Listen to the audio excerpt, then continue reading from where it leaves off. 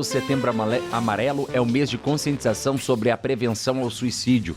E o uso intenso das redes sociais pode agravar problemas emocionais e afetar inclusive a autoestima. Para explicar melhor para a gente essa relação, a psicóloga Gisele Oliveira, que defende um debate permanente sobre saúde mental, está aqui com a gente. Gisele, muito obrigado pela sua participação, muito bom dia, bem-vinda aqui à Massa FM. Bom dia, Bruno, bom dia, Campo Grande, eu que agradeço o convite, é um prazer estar aqui com vocês. Tá certo, a gente que agradece. Ô Gisele, por que é fundamental a gente falar todo ano, né, sobre a saúde mental? E eu acho que não só nesse mês, né? É importante a gente falar sobre isso durante o ano todo. Exatamente. Esse mês a gente dá essa ênfase, né, Bruno? Mas, na verdade, é algo muito grave que nós temos que falar o tempo todo, o ano todo. Saúde mental e, principalmente, essa preservação à vida. Nós temos que lembrar disso durante todo o ano como uma prioridade, né? Como carro-chefe. Porque, afinal, né, a vida tem muito valor. Mas muitas vezes é esquecido, isso é esquecido quando as pessoas estão enfrentando problemas difíceis. A gente vive hoje muito num mundo conectado, né? Se você parar para perguntar para muitas pessoas que estão nos ouvindo agora, elas estão sempre ali na rede social, olhando, zapeando, né? Enfim, o uso da rede social em excesso ali, né? Ela pode impactar a saúde emocional, a saúde mental da pessoa? Sim. As redes sociais, né, a internet pode fazer muito bem, porém, dependendo do excesso e principalmente da estrutura psíquica dessa pessoa, pode sim trazer muitos males, né, como comparação, como principalmente o excesso de dopamina, que com a médio e longo prazo vai trazer um certo tédio, vai trazer uma certa apatia, e essa pessoa fica muito mais propícia à depressão, né, e outros males que nós vamos abordar ainda na entrevista. Para as crianças e para os adolescentes, o uso da rede social, por que faz mal? Existem diversos fatores, né? Mas entre eles, a comparação, esse mundo ideal, né, versus o mundo real, porque na internet é tudo perfeito. Então, quando essa criança passa muito tempo nesse mundo ideal, onde tudo é perfeito, é colorido, é rápido, né? É só clicar, é só passar o dedo que ela tem. E quando ela volta para o mundo real, normalmente essa criança não adquire resiliência para lidar com a vida real, que é o quê? Você precisa esperar, né? Nem tudo é do seu jeito, você precisa ter paciência, você recebe não. Então, a gente percebe que as crianças que estão conectadas demais, elas não conseguem mais adquirir essa resiliência e elas começam a ter uma distorção da imagem real de si mesmo e da própria vida. As crianças e os adolescentes, você acha que também acontece, de fato, delas terem esse mesmo comparativo ou talvez o mesmo desejo de ver, um exemplo, personalidades, pessoas famosas ou filhos de famosos que estão ali. Mas eu queria ser, eu gostaria de ter, eu gostaria de agir assim.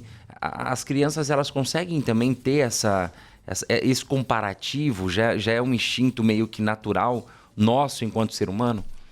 Olha, a gente podia dizer que isso acontecia mais com adolescentes, mas como nós estamos hoje numa entrada da adolescência de forma precoce, a gente vê isso também nas crianças, né? Esse comparativo, esse desejo de ter aquela vida e essa imagem completamente distorcida, né? Essa autoimagem distorcida, como se o mundo fosse isso, sempre esse padrão de beleza, esse culto ao corpo, né? Esse culto a personalidades.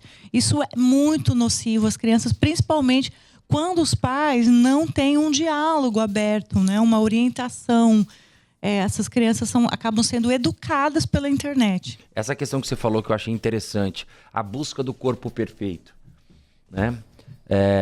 Eu queria ter o corpo igual ao da Virgínia, por exemplo, né? Eu queria ter o corpo igual e sei lá quem. Enfim, isso tem que tomar muito cuidado, né? Porque cai numa questão de, olha, o organismo dela é de um jeito, o seu é de outro. O biotipo dela é de um jeito, o seu é de outro. O padrão de vida dela é um, o seu talvez seja outro, né? A gente sonhar é interessante, mas ter os pés no chão e sonhar, mas dentro da nossa realidade, ele é fundamental, né?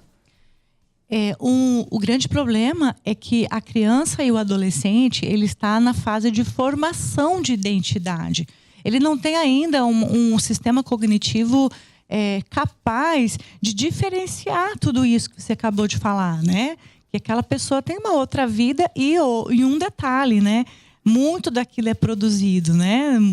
Existem muitas cirurgias, muito botox por trás daquilo, né? Muito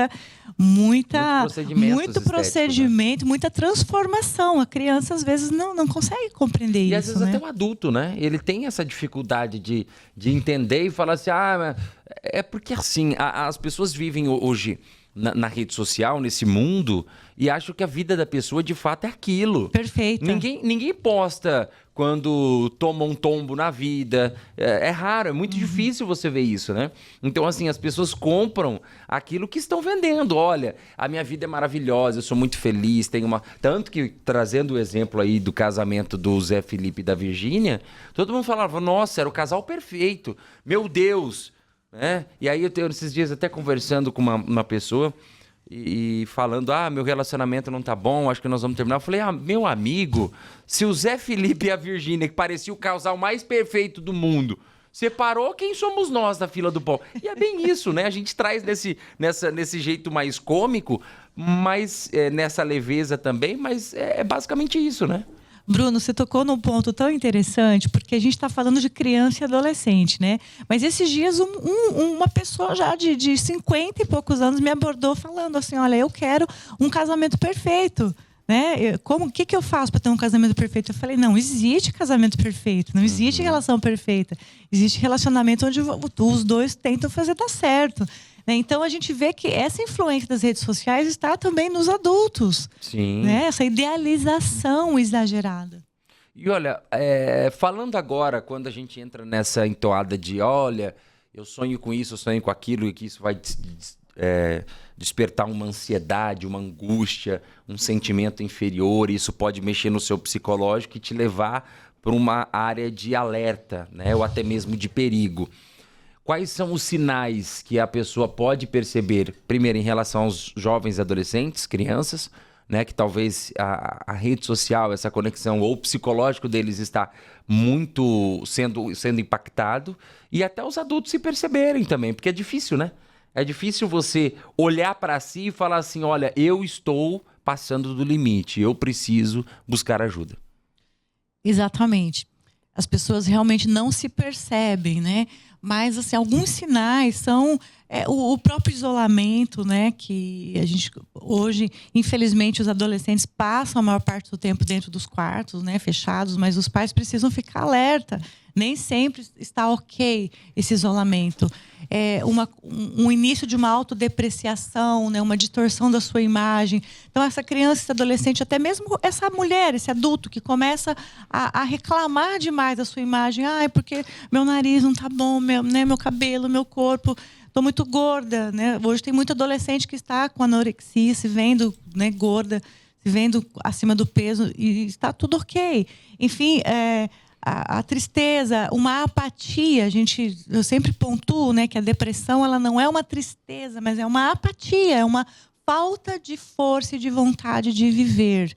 Tudo aquilo que antes era prazeroso não tem mais prazer. Então, todos esses são sinais de alerta, né? E a gente precisa acabar com essa cultura de que não está querendo chamar atenção, né? Isso é frescura. Não é frescura, é sinal de alerta, e nós temos que ficar atentos, porque os índices mostram que a 40 segundos acontece um suicídio, e o suicídio é o 4º motivo de morte entre adolescentes no mundo. É importante, né? Nós trazermos esse alerta aí, conscientizar os pais, as mães, os responsáveis, né? E olharmos um pouquinho mais para a nossa saúde psicológica, mental, enfim. Bom, eu conversei com a psicóloga Gisele Oliveira. Gisele, eu quero agradecer a sua participação aqui. Muitíssimo obrigado pela sua presença e por contribuir também, né, com essa mensagem que nós trouxemos aqui nesse nosso bate-papo aqui para os ouvintes da Massa FM. Eu que agradeço e deixo um recadinho, né? Busque ajuda, cuide da sua saúde mental, cuide da sua vida. Bom dia a todos. Obrigada. Bom dia, valeu, obrigado. Eu acho que a melhor coisa que cuide da sua vida, viu, filho? É isso, não é verdade? É direto e reto, meu filho. Vai cuidar da sua vida. Para de se preocupar com a vida dos outros. Você já tem inúmeros problemas para resolver. Você tá se preocupando com o problema dos outros, se vislumbrando com a vida dos outros. Vai cuidar da sua vida. É isso.